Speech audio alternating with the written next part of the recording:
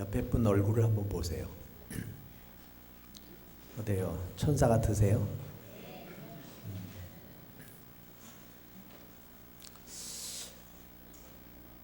우리 내가 예수님을 믿는다는 증거가 뭘까? 진짜 내가 예수 믿는 사람 맞을까? 이거에 대해서 주관적으로, 객관적으로 증명할 수가 있어야 되는데 이게 이제 증명이 잘 안 돼요. 그래서 우리가 이제 알 수 있는 것은 말씀을 통해서 아는 거예요. 말씀을 통해서 확인하는 거죠. 내가 하나님의 자녀라는 것을 말씀을 통해서 확인하는 거예요. 그리고 또 하나는 뭐냐면 성령을 통해서 확인하는 거예요. 내 안에 이거 좀 주관적이긴 해요. 다른 사람을 알 수 없어요. 나만 아는 거예요. 근데 이거는 절대적인 거예요. 예수 믿는 사람에게 있어서 성경적인 게 확실해야 되고 성령이 내 안에서 증거하는 게 확실해야 돼요. 그게 아니면 생명의 역사가 일어나질 않아요. 그리고 세 번째 이제 모든 사람이 알 수 있어야 되는데 그게 뭐냐면 삶의 변화예요. 삶의 변화가 있어야 저 사람이 예수 믿는 사람이구나 그걸 알게 되지. 그게 없으면 어떻게 하죠? 그게 그것 중에 하나가 얼굴이에요. 얼굴 보면 근심이 그렇게 많은지 맨날 말을 통해서 나오건 죽겠다가 입에 붙어 있고 그렇죠. 근데 여기는 안 그러죠. 우리 용현동 교회는 그런 거 없죠? 네. 그리고 요즘에 살기가 힘들어요 이렇게 말하는 것도 조심해야 돼. 뭐 직장이 어렵고 여러분 요즘 직장 없는 거 아닙니다. 너무너무 많은데 사람들이 수준이 너무 높아졌어요. 자기 욕구가 높아져서 안 하는 거예요. 안 하는 거예요. 그러니까 사람을 구할 수가 없어요. 일본은 지금 사람을 구할 수가 없습니다. 우리나라도 곧 그렇게 돼요. 모셔가는 거예요. 모셔가는 거. 이제 젊은이들이 점점 없어지니까 고령화되면서 자녀들 낳지 않죠. 그러니까 이런 부분들이.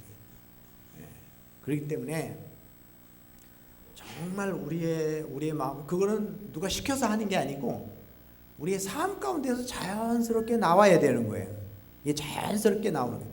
그게 뭐냐면 은혜라고 하는 거예요. 은혜를 받아야 그렇게 된다는 거죠. 은혜. 여러분 은혜 받으셨습니까? 은혜 받기 위해서 오셨습니까? 은혜 받으셨기 때문에 오셨죠? 은혜 받은 사람만 오는 거예요. 은혜 받은 사람, 하나님의 은혜. 은혜 받으려고 다니는 분은 평생 은혜만 받으러 다녀요. 은혜만. 은혜가 뭐냐? 은혜가 뭐냐 그럴 때 도대체 은혜가 뭐냐? 아주 간단하고 쉬운데 은혜가 뭔지 물어보면 몰라요. 그렇죠? 제가 여러분 개인을 한번 딱 질문하면 아마 여러분도 뭐라고 그래야지? 이럴 수 있어요. 은혜 받은 게 뭐 눈물 흘린 겁니까? 오늘 설교 듣고 제가 나가는데 여러분이 은혜 받았습니다. 그것도 은혜 받은 거예요. 그렇지만 제가 항상 하는 얘기가 우리 목사님들에게 그렇게 말해요. 교인들이 목사님이 최고예요. 목사님 은혜 받았습니다. 그러면 속지 말라고. 그 한 주도 못 간다고. 근데 진짜 은혜라는 게 너무 오해가 많은 거예요. 은혜라는 게. 제가 지금은 이제 고인이 되셨지만 김의작 교수님한테 그 강의를 들을 때 그 얘기를 한번 하시더라고요. 어떤 변두리 작은 교회 개척교회 목사님 사모님이 목욕탕을 가셨대요. 근데 요즘에는 목욕 시설이 굉장히 좋지만 그때는 그렇게 좋지 않은. 갔더니 바가지가 없더래요. 보니까 여자분들이 몇 분 있는데 한 분이 거기다가 수건 짜서 담아놓고 물을 떠서 또 이렇게 해놓고 더러운 물 태운다고 또 엎어놓고 또 하나 깔고 앉고 뭐 그렇게 보니까 한 4-5개를 갖고 있더라는 거예요. 두 사람이 그렇게 하고 이렇게 몇 개? 한 10개 정도가 이 좀 과장된 표현이겠죠. 뭐 내가 보진 않았으니까. 그러니까 이제 이 사모님이 바가지 하나만 빌려주시죠. 이렇게 아주 조심스럽게. 사모님들이 조심스럽잖아요. 상처받을까봐. 여기는 아니신가 보네. 바가지 하나 빌려달라고 그랬더니 벌컥 화를 내면서 늦게 왔으면 기다리지 남이 쓰고 있는 걸 달라고 그런다고. 그래서 사모님이 이제 뭐 탕 속에 들어갔다 한증 막 들어갔다 나와서 가만히 생각하니까 괜히 서럽고 또 마음이 자존심이 상하고 내가 개척교회 하면서 교인들 눈치 보느라고 내가 기가 죽어갖고 있는데 이 목욕탕까지 와서 이렇게 관세를 받아야 되나 이런 생각이 들더라는 거예요. 그래서 딱 그러고 있는데 더 기가 막힌 이야기가 나옵니다. 이 두 사람이 형님 내가 어제 저녁에 삼각산을 갔다 왔는데 얼마나 은혜가 쏟아지는지 밤새도록 은혜 받고 왔다고. 그러니까 너 삼각산 갔다 왔냐? 난 계룡산에 갔는데 거기는 뭐 강사님이 얼마나 말씀이 좋은지 그러고 밤새도록 은혜를 받고 왔다는 거예요. 아니 무슨 은혜를 받았길래 바가지 하나도 양보를 못해요? 많은 사람들이 은혜를 받았다고 그러는데 은혜 받은 증거가 뭐냐 이거예요. 은혜 받은 증거가. 은혜 받으셨습니까? 네. 그러나 그런 은혜는 받지 마세요. 저는 이 사도 바울 선생님이 말하는 이 은혜, 지난주에 그랬죠? 내가 누구냐 하는 거. 나는 예수 그리스도의 종이다. 예수 그리스도의 종이다. 세상 종은 비굴하지만 예수님의 종은 자부심 있고 정말 생명력 있고 그거는 정말 축복된 길인 거죠. 하나님은 우리의 구원자시고 우리 창조주시고 주님이 핏값으로 나를 사셨다는 거잖아요. 주님이. 그러니까 우리가 자부심을 갖고 살 필요가 있어요.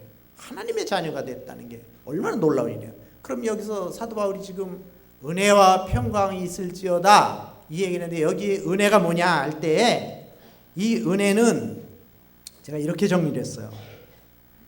죽은 자가 살아나는 게 은혜다.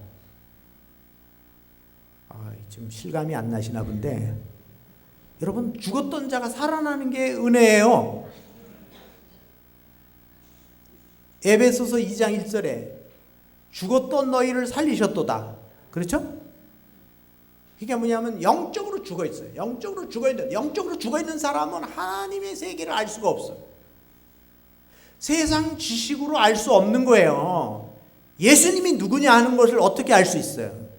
하나님이 누구냐 하는 걸 어떻게 아냐고. 죽은 자가 영적으로 죽어 있는데 오늘 한국에 있는 우리 기독교인들이 굉장히 많이 부흥이 됐지만 영적으로 죽어 있는 교인들이 너무 많아요. 네가 살았다 하는 이름을 가졌으나 죽은 자로다. 또 행함이 없는 믿음은 죽은 믿음이다. 많죠? 죽은 믿음이 많아요. 제가 그 삼릉교회에서 34년을 사역을 했는데 처음에 딱 가가지고 전혀 열정으로 저도 그냥 열정으로 했지만 아직 내 안에 복음이 없으니까 열정으로 하는 거죠. 근데 열정으로 하는데 변화가 안 되는 거예요. 근데 복음을 딱 깨닫고 나서 그 다음에 제가 조이성교에 가서 제자훈련을 받고 이 제자훈련이 뭐라는 걸 눈을 뜨고 나서 이제 이 복음과 이 제자훈련이 함께 가야겠구나. 그래서 이제 제자훈련 시작을 하는데 참 놀라운 건 뭐냐면 오늘 예수님 오시면 천국 가실 수 있어요? 이렇게 질문하니까 할머니가 못 가요. 그런데 얼마나 용기 있게 하는지 몰라요. 못 가요. 그래요. 못 가요. 그래서 왜 못 가냐니까 죄를 많이 지어서 못 가요. 그래서 예수님에 대해서도 다 복음을 전하고 다 그다음에 한 달 있다가 또 물어봐요. 할머니 천국 갈 수 있어요? 그러면 못 가요. 왜 못 가요? 한 일이 없어서요. 자, 이렇게 해서 얼마나 걸냐? 2년이 걸렸어요. 2년. 그러니까 2년 지나니까 이제 확신이 생긴 거예요. 자, 이분은 빨리 된 겁니다. 2년. 난 그때는 아주 까마득한데, 그런데 오늘 와서 여러 교회를 다녀보니까 2년은 아주 빨리 된 거예요. 10년 돼도 제자리 있는 사람 많고 20년 돼도 그대로 가다가 그냥 가는 사람 많아요.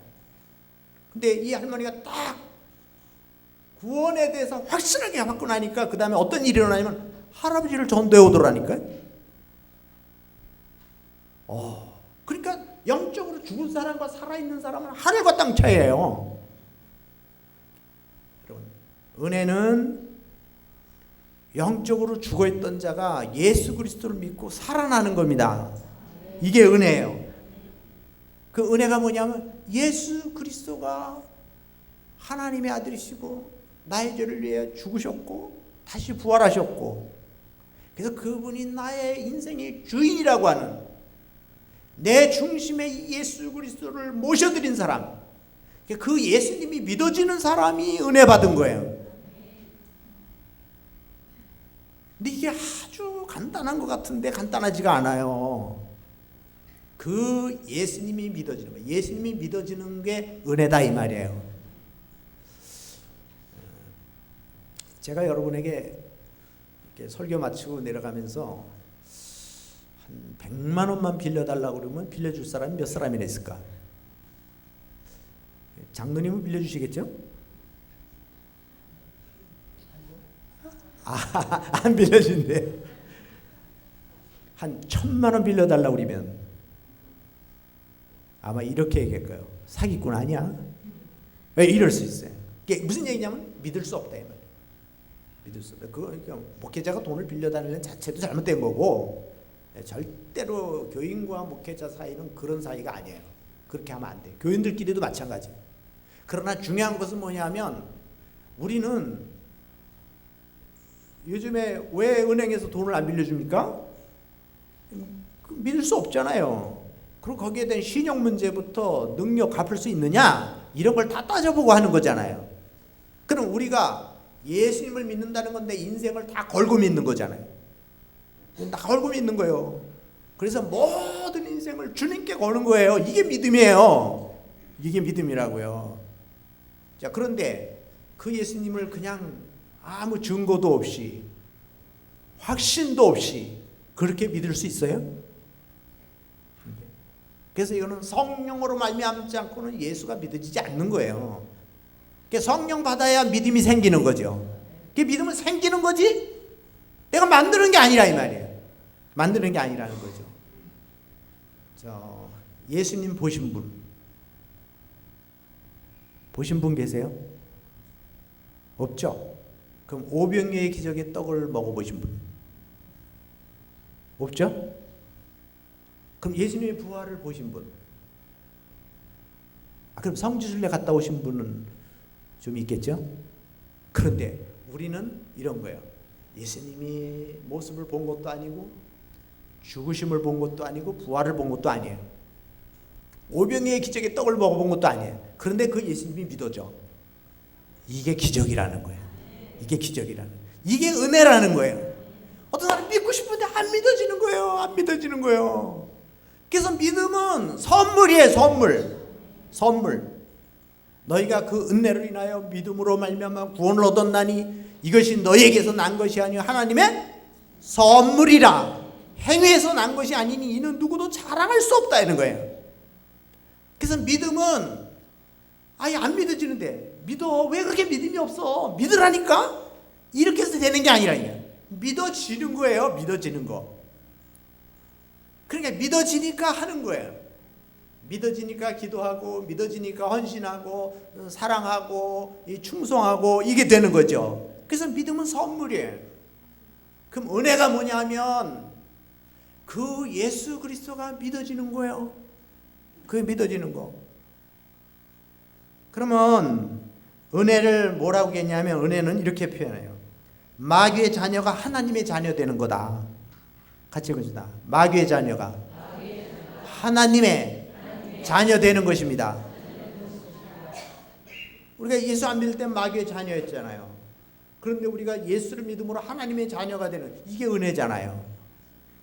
은혜 중에 최고의 은혜는 예수 그리스도가 믿어지는 건데, 그거는 벌써 뭐냐면 마귀의 자녀였던 우리가 하나님의 자녀로 바뀌어주는 거예요. 이 놀라운 일이죠. 이 놀라운 일이에요. 그 다음에 우리의 천한 자가 귀한 자가 되는 거고요. 우리는 죄인이 의인되는 거예요. 죄인이 의인되는 거. 소망 없던 자가 소망이 생기는 거예요. 그래서 예수 믿는 사람은 소망이 있어요. 진짜 소망이 있는 거예요. 항상 우리의 가슴 속에 예수 그리스도의 심장이 뛰고 있는 거죠. 예수님의 심장이 뛰고 있는 거예요. 그래서 사도 바울이 난 예수 그리스도의 심장으로 말한다. 그냥 인간적인 말로 하는 것이 아니라 내가 확신을 갖고 말한다. 그러니까 우리 예수 믿는 사람은 전도할 때도 확신을 갖고 말해야 돼요. 자, 전도하기가 쉽습니까? 어렵습니까?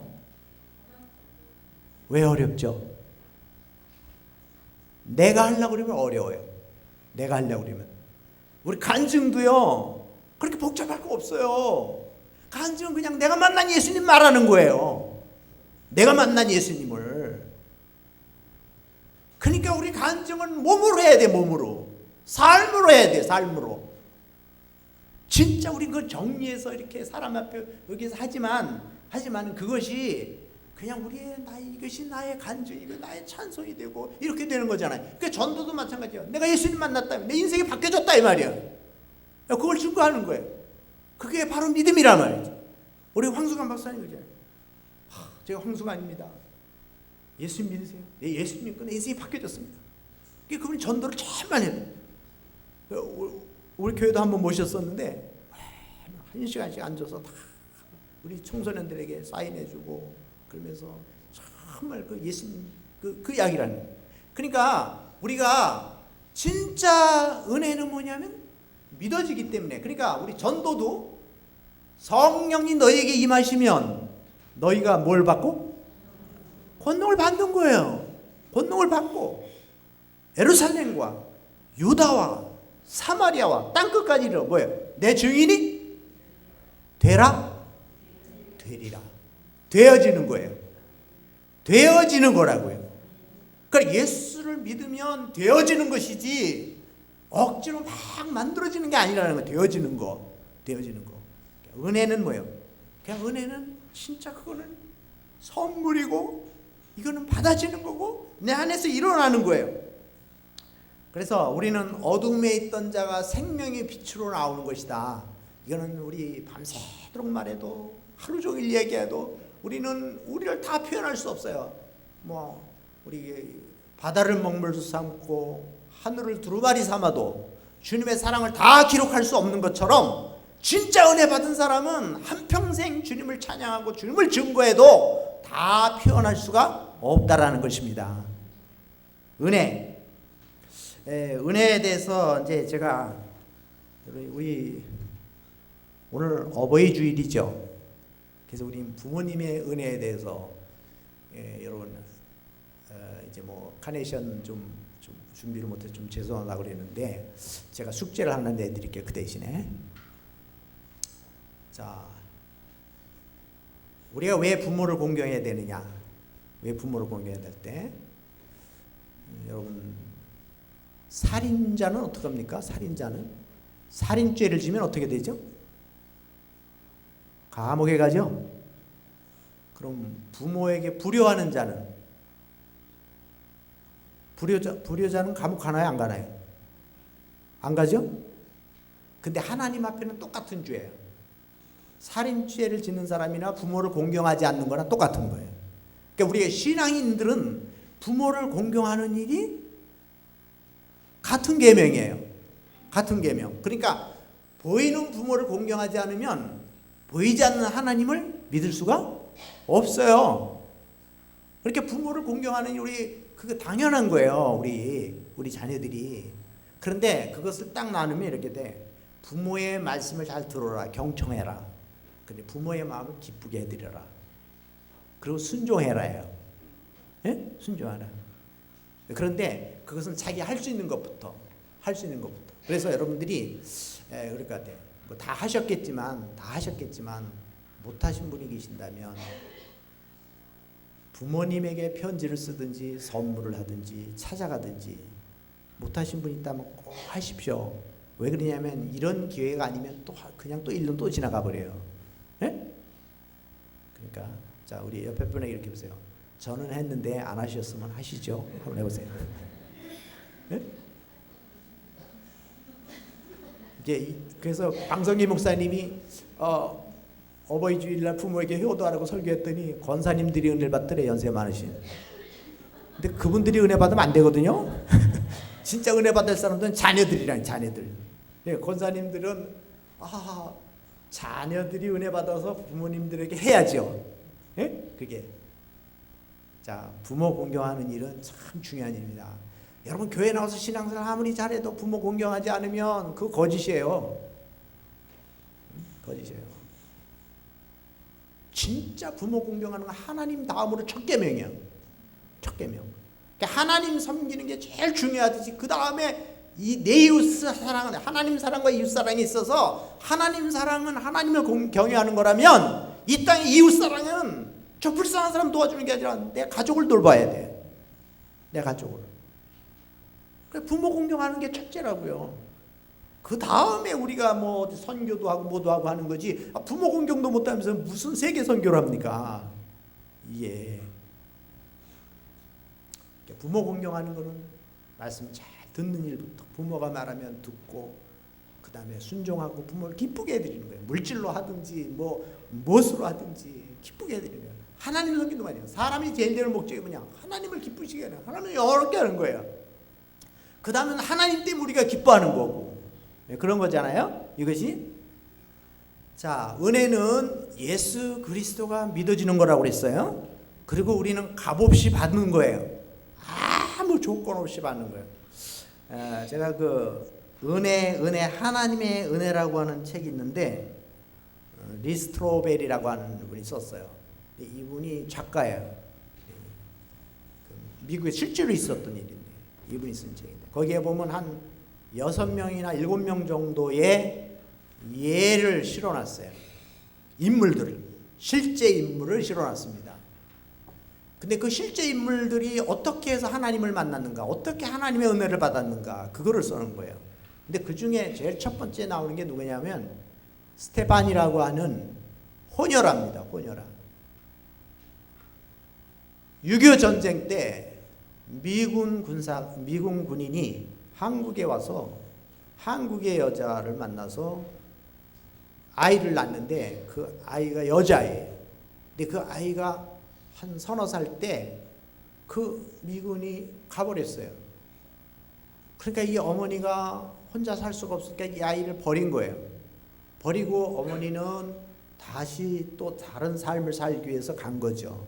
근데 이 아이가 4살짜리가 버려졌으니까 얼마나 그 삶이라는 게 이로 표현할 수가 없어요. 그러니까 막 쥐를 잡아먹고 남의 밭에 들어가서 따먹고 그러다가 또 붙들려 가지고 막 죽을 뻔하고 수없이 죽을 고비를 넘기고 그러다가 9살 때 또 해서 이제 그 7살 때 이 또 성폭행을 당해요.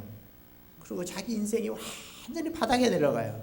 그러다가 이제 9살 때 그냥 열병이 걸려가지고 버려졌어요. 버려져 죽어가는데 이 월드비전에 거기서 어떤 간호사가 이 버려진 아이들을 2-3살짜리 아이들을 데려다가 입양을 시키는 겁니다. 보내고 이걸 하는데, 근데 이 9살이니까 이건 데려갈 수가 없는 거예요. 그런데 하나님의 음성이 들렸어요. 그 영혼도 내 자녀다. 그래서 그 규칙을 어기고 그 아이를 데려다가 치료를 해가지고 이제 이 고아원에서 이제 키우는데 미국인 선교사 부부가 입양을 하기 위해서 오는데 3살짜리 아래 아이들을 데려가려고 온 거예요. 왔는데 이 아이가 딱 눈에 띈 거예요. 근데 사랑이 뭔지 이 전혀 모르는 거예요. 너무너무 힘든 삶을 살았기 때문에 그런데 이 선교사님이 그 아이들을 하나 안으면서 너무 불쌍하니까 눈물을 흘리면서, 목사님 부부인데 그 아이를 입양을 해가려다 그 아이를 딱 보더니 딱 무릎을 꿇고 그 아이를 이렇게 만져주면서 그렇게 정말 그 사랑의 표현을 하고 있는데, 보세요. 이 아이가, 이 스테파니가 얼굴에서 침을 뱉고 도망가는 거예요. 사랑을 받아들일 줄 모르는 거예요. 사랑을 받아. 그럼 이제 가서 막 도망가서 왜 내가 이런 행동을 했지? 그리고 이제 들어가서 막 있는데, 나는 이제 맞아 죽었다. 그렇게 생각하는데 그 다음날 또 온 거예요. 그래서 내가 널 데려가겠다. 내 딸로 삼겠다. 그러니까 이게 도대체 나를 데려다가 그냥 가정부로 부려먹으려고 그러는구나, 이렇게 생각해요. 그리고 또 하나는 뭐냐면, 왜 많고 많은 아이들 중에 왜 나를 데려갈까? 여기 이 귀엽고 예쁜 아이들, 말 잡는 아이들 많은데 이렇게 막 뭐 냄새가 나고 그냥 피부도 검고 그다음에 막 그냥 성격도 못됐고 진짜 도저히 매력적인 게 아무것도 없는데 이 아이를 데려가겠다는 거예요. 그래서 데려갔어요. 갖다 키우면서도 자기가 믿어지지 않는 거예요. 자기가 거기에 내 부모를 만났다, 나는 딸이다, 이런 게 믿어지지가 않는 거예요. 그러다가 어느 날 한 시간이 흐르면서 이 몇 년이 흐른 다음에 그때 이제 그 부모의 사랑이 느껴지기 시작을 합니다. 그래서 어느 날 넌 내 딸이다, 내 딸이다. 그때 자기가 그게 딱 마음에 닿았어요. 그래서 어머니, 제가 어머니의 딸이에요. 그래서 막 끌어안고 울면서 거기서 진짜 그 사랑을 서로 느끼고, 그리고 그 어머님이 믿는 예수님 나도 믿을게요. 그래서 거기서 예수님을 영접하고 예수님을 믿고 나서 그 인생이 바뀌어진 거예요. 야, 나는 딸이다. 나는 아무 자격이 없는데 나보다 더 예쁘고 똑똑한 아이들이, 말 듣는 좋은 성격 가진 아이들이 많은데 이가 득실거리고 막 피부병이 있고 막 그런 자기를 데려다가 딸로 양녀를 삼아서 이렇게 해준 것에 대한 그 고마움 때문에 콧물을 흘리면서 정말 감격에 빠지는 거예요. 그러고 나서 이게 방송국에 나가서 방송을 하고 방송인이 된 거예요.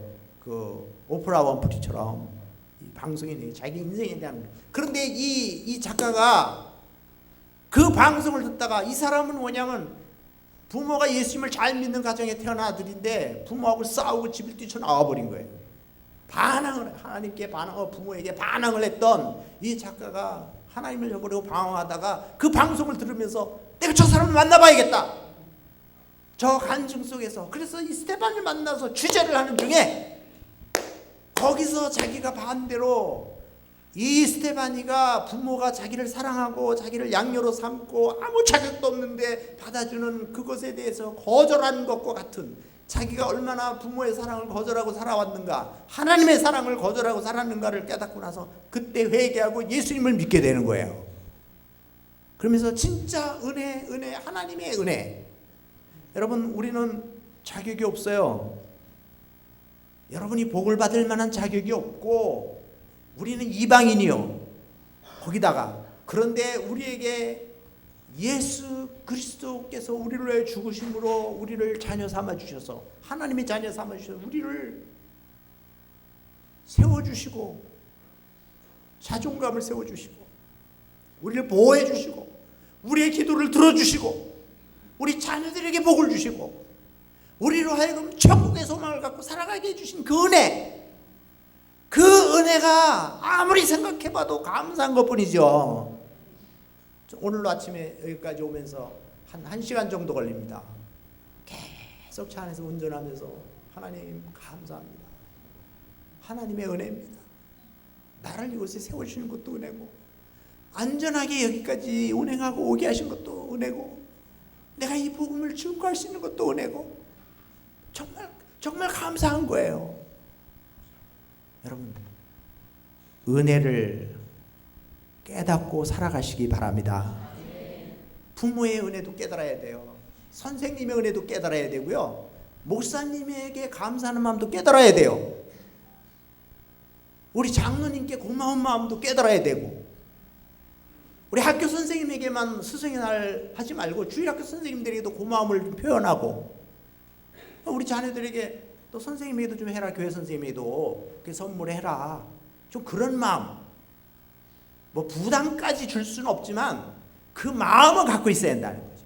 이게 여러분 하나님의 은혜로 사시기 바랍니다.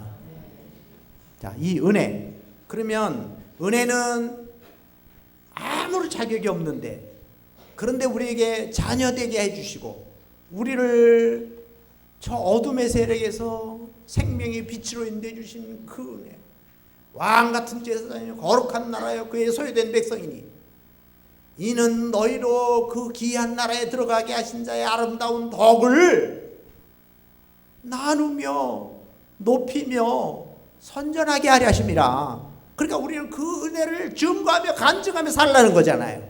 이것이. 그래서 그 빌립 안씨라고 하는 분이 이렇게 얘기를 했어요. 은혜란 하나님의 사랑을 더 받기 위해 할 수 있는 일이 아무것도 없다는 뜻이다.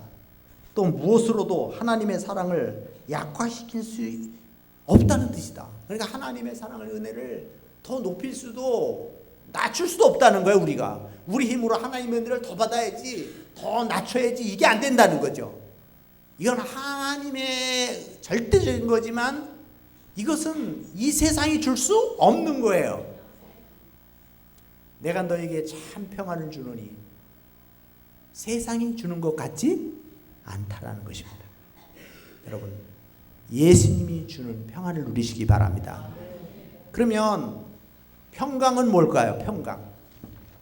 자, 은혜는 예수 그리스도를 믿는 거라면, 진짜 거듭나는 거라면, 하나님의 자녀가 되는 거라면, 정말 우리는 죽은 자가 살아나는 거라면, 이 평강은 뭐냐? 평강은 예수 그리스도를 믿고 은혜 받은 자가 누리는 기쁨이에요. 근데 오늘날 많은 사람들이 은혜는 많이 받았는데 이 기쁨이 없다. 좀 섭섭하지 않아요? 그러면 한 번만 더 하죠. 옆에 분에게 이렇게 해보세요. 저는 너무 행복해요. 너무 행복해요. 한번 해보세요. 아, 행복하십니까? 예, 그러니까 진짜 행복해야 돼요. 그게 뭐냐? 진짜 예수 믿고 은혜 받은 사람이 기뻐해야 돼요. 기뻐해야 되고 진짜 평화가 있어야 된다는 거죠. 그게 바로 평강이에요. 평강. 그러니까 이 은혜는 공짜로 되는 거예요. 거저되는 거예요.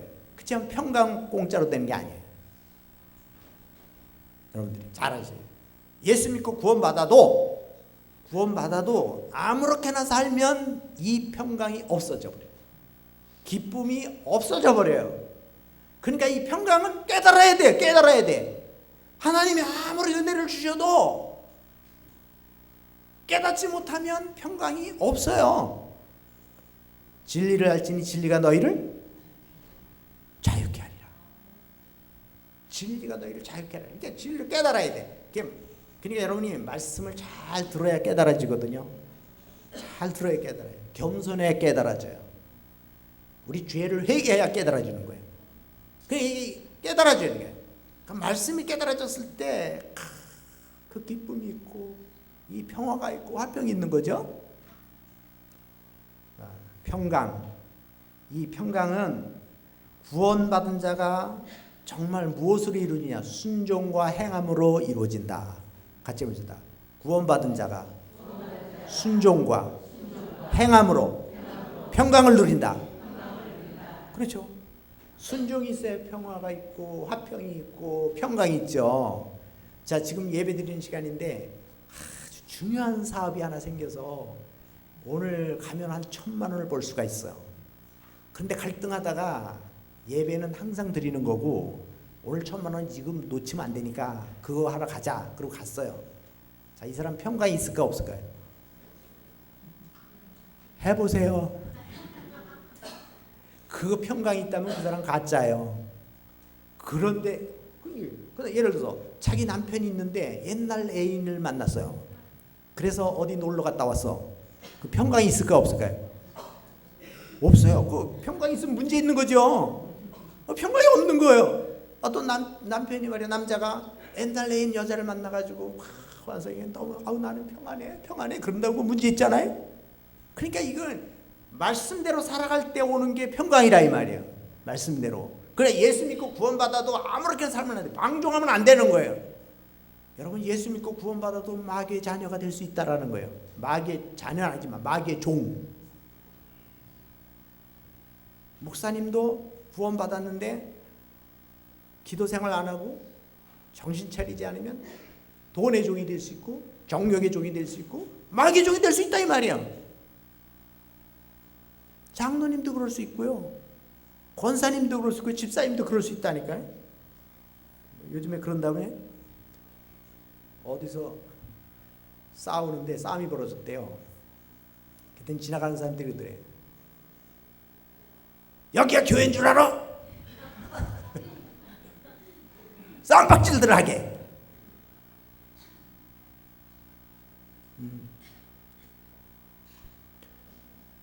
그게 그냥 하는 말이 아니에요. 그냥 하는 말이에요. 왜 많은 교회들이 이렇게 막 분쟁이 일어나고 문제가 생기느냐? 정신 차려야 돼요. 우리가 은혜를 받았지만 그 은혜를 붙들고 약속의 말씀을 붙들고 내가 세속화되지 않도록 세속에 물들지 않도록 깨어서 기도하고 정신 차려야 됩니다. 정신 차리지 않으면 우리는 시험에 들 수 있고 넘어질 수 있고요. 마귀의 종이 되는 거예요. 죄의 종이 되는 거예요. 끌려다니는 거예요. 그렇기 때문에 우리 순종과 행함으로 말씀을 깨달았을 때 오는 것이다. 천국 백성답게 살아야 그래야 평강이 있다. 평강이 있다. 그리고 아주 중요한 게 돼요. 훈련이 필요해요. 훈련이. 그래서 우리 제자 훈련이 필요해요. 제자 훈련은 예수님 닮아가는 거예요. 자, 누구 닮아가는 거라고요? 예수님 닮아가는 거예요. 그냥 성경 공부가 아니에요. 예수님 닮아가는 거예요. 우리의 성품, 인격, 기도, 나눔, 헌신 이런 것이 다 주님 닮아가는 거예요. 이게. 근데 그렇게 되면 우리 진짜 평강을 누릴 수 있는 거예요. 이게. 근데 그것은 완벽해서가 아닙니다. 이거는 완벽해서가 아니라 자기 하나 이룬 것만큼 평안이 있고 두 개 이룬 것만큼 평안이 있고 세 개 이룬 것만큼 평안이 있는 거예요. 그러니까 누구나 할 수 있는 거예요. 그러니까 초신자는 초신자만큼의 평강을 주시고 그 다음에 믿음이 성숙한 사람은 성숙한 사람만큼 주시는 거예요. 그게 은혜죠. 진짜 은혜라는 거죠. 자, 그래서 우리는 여기에는 정말 훈련이 필요하다. 그리고 우리는 이 성령 충만이 필요해요. 같이 갑니다. 성령 충만. 성령 충만. 성령 세례는 다 받으셨죠? 아직도 받았는지 안 받았는지 모르는 참 곤란한.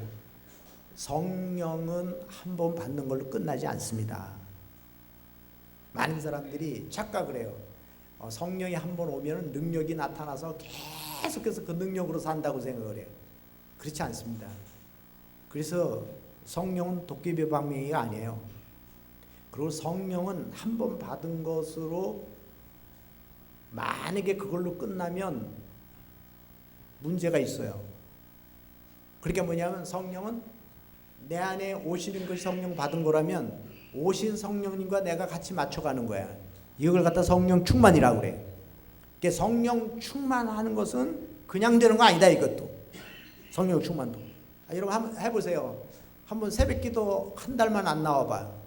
성령 충만해질까요? 안 해보셨나 보네. 새벽기도 한 달간 안 나오면 성령 충만해질까요? 안 해질까요?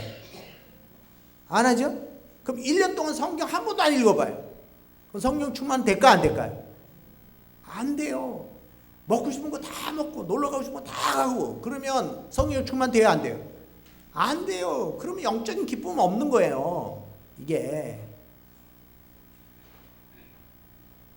우리 부부 싸움을 계속하고 자녀하고 싸우고 그러고 난 다음에 교회 와서 예배 드리면 은혜가 됩니까? 안 됩니까? 안 되죠. 안 돼요.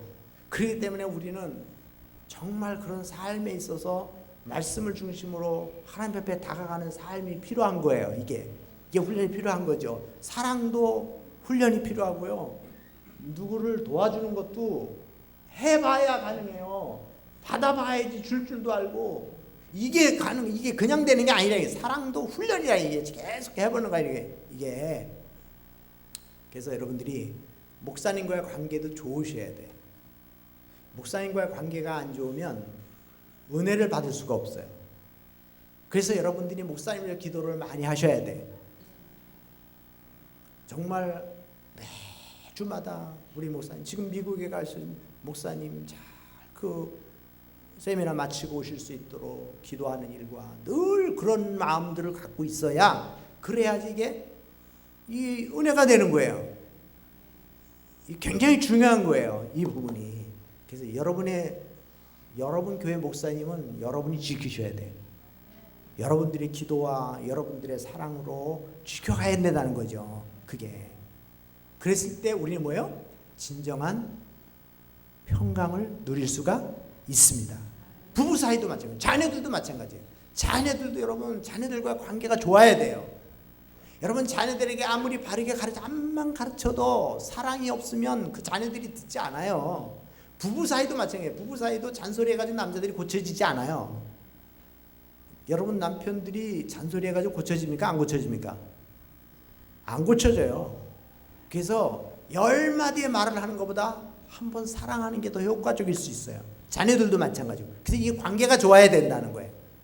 그렇기 때문에 자, 이제 정리를 하면 이겁니다. 은혜는 뭐냐? 진정으로 예수님을 만난 것이고, 정말 평생을 갚아도 갚을 수 없는 우리 죄사함을 받은 것이고, 이 예수 그리스도가 우리 인생의 주인이 되는 것이고, 우리가 정말 우리는 어둠에서 우리는 생명의 빛으로, 우리는 정말 하늘의 소망을 가지고 살아가는 이 은혜를 받은 것, 이게 바로 은혜다. 이 은혜고, 그 다음에는 평강은 뭐냐면 예수 믿고 거듭난 자가 이 땅에 살아가면서 우리는 영적 싸움에서 승리를 해야 된다는 거죠. 우리 하나님 말씀에 순종하는 삶을 살아야 된다는 것이죠. 그러니까 이거는 그냥 되어지는 것이 아니라 우리 영적 전투를 하는 거예요. 그래서 이 부분에 대해서도 우리 힘으로 할 수 없으니까 말씀을 의지하고 성령을 의지하고 예수님을 의지하는 겁니다. 그래서 우리는 말씀을 듣고 기도 삶을 살고 우리 훈련의 삶을 살고, 그랬을 때 하나님의 은혜 위에 은혜가 더 넘쳐서, 그 다음에 우리 힘으로 하는 것이 아니라 주님이 주시는 힘으로 승리하게 될 것입니다. 은혜와 평강이 있으십니까? 여러분 행복하신 분입니다. 주님 오실 때까지 이 은혜와 평강으로 살아가시기 바랍니다. 기도하겠습니다. 하나님 아버지, 감사합니다. 우리 용현동교회 모든 성도님들 가슴속에 예수 그리스도의 은혜가 충만하게 하여 주시옵소서. 평강이 넘치게 하여 주옵소서. 성령 충만하게 하여 주옵소서. 그래서 예수 그리스도의 삶을 살아가기를 원합니다. 예수님의 제자의 삶을 살아가기를 원합니다. 예수님의 이름으로 기도하옵나이다. 아멘.